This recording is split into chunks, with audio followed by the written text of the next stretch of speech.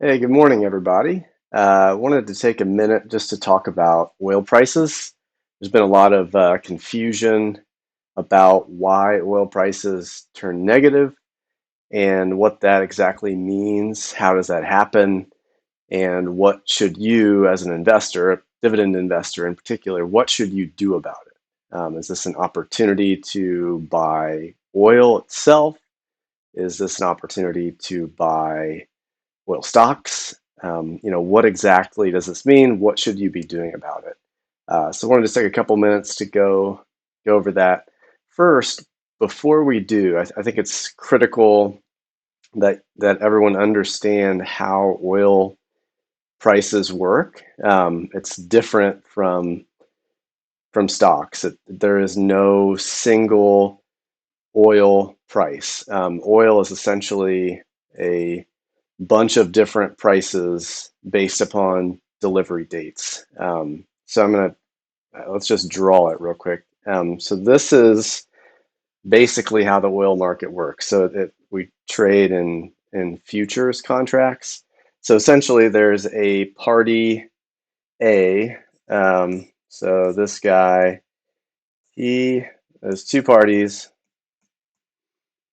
One party A agrees to deliver to party B 1 barrel of oil at some date in the future. So say June of 2021, they'll deliver this barrel of oil to this person and they both agree on the price of, say, $30.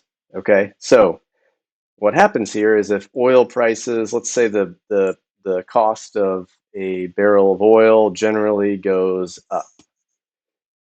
The person that wins in this particular case is person B because they have paid only $30 and they are going to get a barrel of oil that is essentially now worth, say, $60. Um, the opposite can also happen, which is what we've seen lately. So what we've seen lately is that uh, if you had purchased a, say, May of 2020, which is the current month, if you had bought that a couple months ago, the price of that would have been somewhere around $30. So person B paid $30 for that. What actually happened was the price of that particular barrel of oil to be delivered at that particular date went below $0 for the first time in history. Okay, so what happens here is that person B, if this is negative, person B actually now has to pay person A not to deliver the oil. There's a cost to essentially storing this barrel. So the reason why something like that would happen, I'm going to start over on a new drawing here, is basically because of the coronavirus economy. So how the oil market typically operates is you've got the suppliers or producers. So this is, E&P, say ExxonMobil is just an easy example. They are producing oil, and that oil is going out to customers, goes to refiners, goes to everyone that's purchasing crude oil. Um, there's also a certain amount of oil that is stored. Okay, so I'm just going to say this goes to customers, and it also goes into storage. Okay, so what's happened with the coronavirus is basically we're saying that the customers are no longer buying any oil. The problem is that the producers have still generally continued to produce. So you have the OPEC countries still producing oil, and that is causing a lot of issues. And so the oil is still being supplied, it's not being consumed. And so what you have now is the storage is essentially completely full. And so when you deliver oil, there's nowhere to put it. You could put it on a ship maybe and float it out to sea, but it's not like you can just, dump oil out. I mean, that's impossible. So there's a certain level of cost to having a barrel of oil that you can't store. There's talk that they're going to, burn it. I mean, it's essentially you're getting delivered bombs that you can't do anything with, and so there's a cost to dealing with that, and that's why the oil prices were negative. But gonna go real quick back to the. So now that we have that background, let's talk real fast about the typical market for oil. So I'm going to draw this chart here, and this is the cost of a barrel of oil, and this is time. Essentially, these are delivery dates. So how the oil market typically works is you have a bunch of different futures contracts for a bunch of different delivery dates out monthly. So we have a May 2020 contract, we've got a June, July, August, September, et cetera, goes out to 2021, then 2022. So each one of these futures contracts has its own separate price. So the May 2020 would be, whoops, sorry.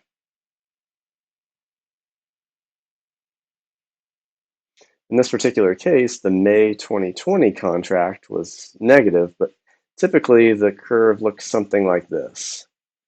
So the further out you go, you have to pay a slightly higher cost to do that, to buy these future contracts. And so this is pretty key when we're going to be talking about the USO ETF. So a lot of people, when they want to buy crude oil, the commodity, they'll look at a crude oil ETF like USO is very popular. What USO does, they are not actually interested in getting delivery of oil. Okay, they don't want the corporate office to get delivered, 10,000 barrels of oil. That's not their objective. Their objective is to essentially match the price of oil. The problem is that they have to sell the oil before the delivery date, before the future expires. Otherwise, they'll be delivered the oil. So what they do is they purchase a couple months out, they'll buy these future contracts. So they'll buy, say, May, June, July, and August. So when the May delivery date comes, what they're going to do is they're going to sell this, use the proceeds to buy the next month out on the futures curve. The problem is that now what happens is you get oil prices that absolutely collapse in the May 2020 futures actually turn negative. So they now have to pay someone else to take delivery of this oil, which means that they use some of the money that they're getting from investors to basically pay this off, and then they're going to have to now buy another contract out here. And essentially, what they're doing is they're almost continuously selling at lower prices in order to buy higher prices, because generally this curve is upward sloping. So that's why, let's go over here to now I have the price of the USO fund. I'm going to pull that up here. So this is the USO ETF, what a lot of people are looking at to buy exposure to crude oil. So this is a 1-year chart, and I'm going to compare this to the actual WTI crude oil price, which is essentially the 1 month out contract is basically what this US oil price is. I'm going to move this out to 5 years, and you're going to start to see a major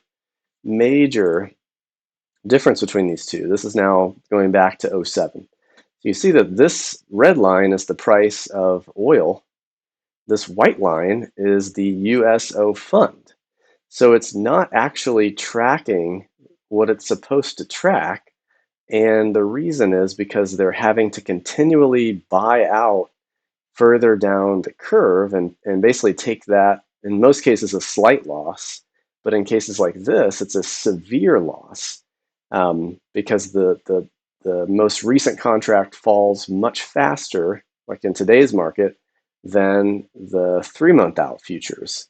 So they're basically just hemorrhaging money in the short term and then having to reinvest that at higher prices. And so that's why you see this fund just do so poorly.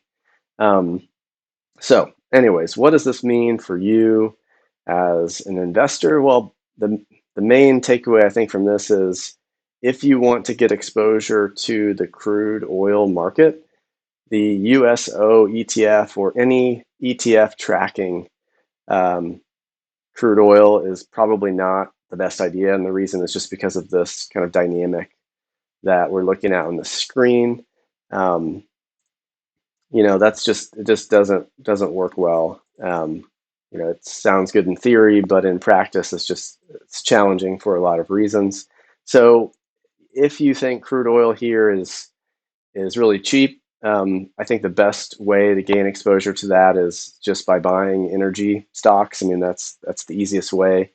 You'll see here that the energy stocks have not done nearly as poorly as the USO fund. Go ahead and compare it. This is the XLE ETF, is the white line. This red line is the USO, the crude oil price ETF. So clearly there's a lot of, they move closely together, but there's divergence here with the energy stocks themselves. These companies are going out and buying or selling, if they're pulling oil out of the ground, they're selling futures contracts for, like, so here's the chart of the futures contract for March of 2021. So basically 1 year from today, I'm sorry, not 1 year from today, this March of 2021. So less than 1 year from today. They're selling it to consumers of oil for $30 a barrel, which is lower than their break-even costs. So there's, obviously some issues there. Going to be a lot of dividend cuts, a lot of pain there to be felt still. But the point is that the energy stocks themselves are a far better investment for you than trying to just get access to the crude oil price. I mean, these companies will benefit if oil prices go up.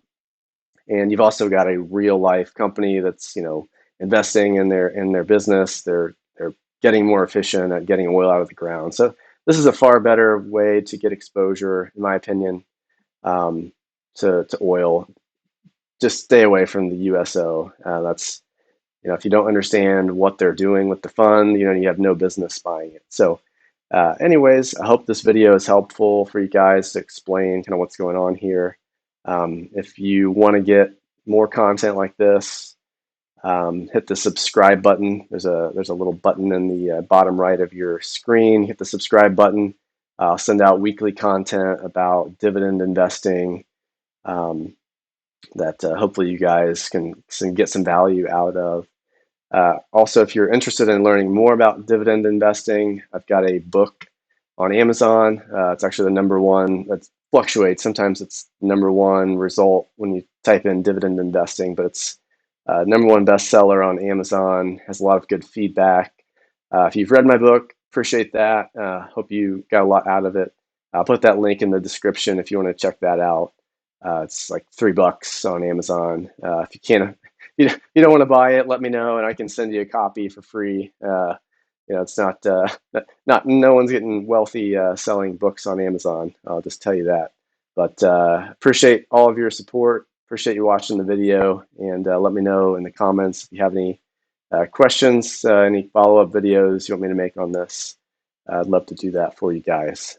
So thanks again for watching, and we'll see you soon.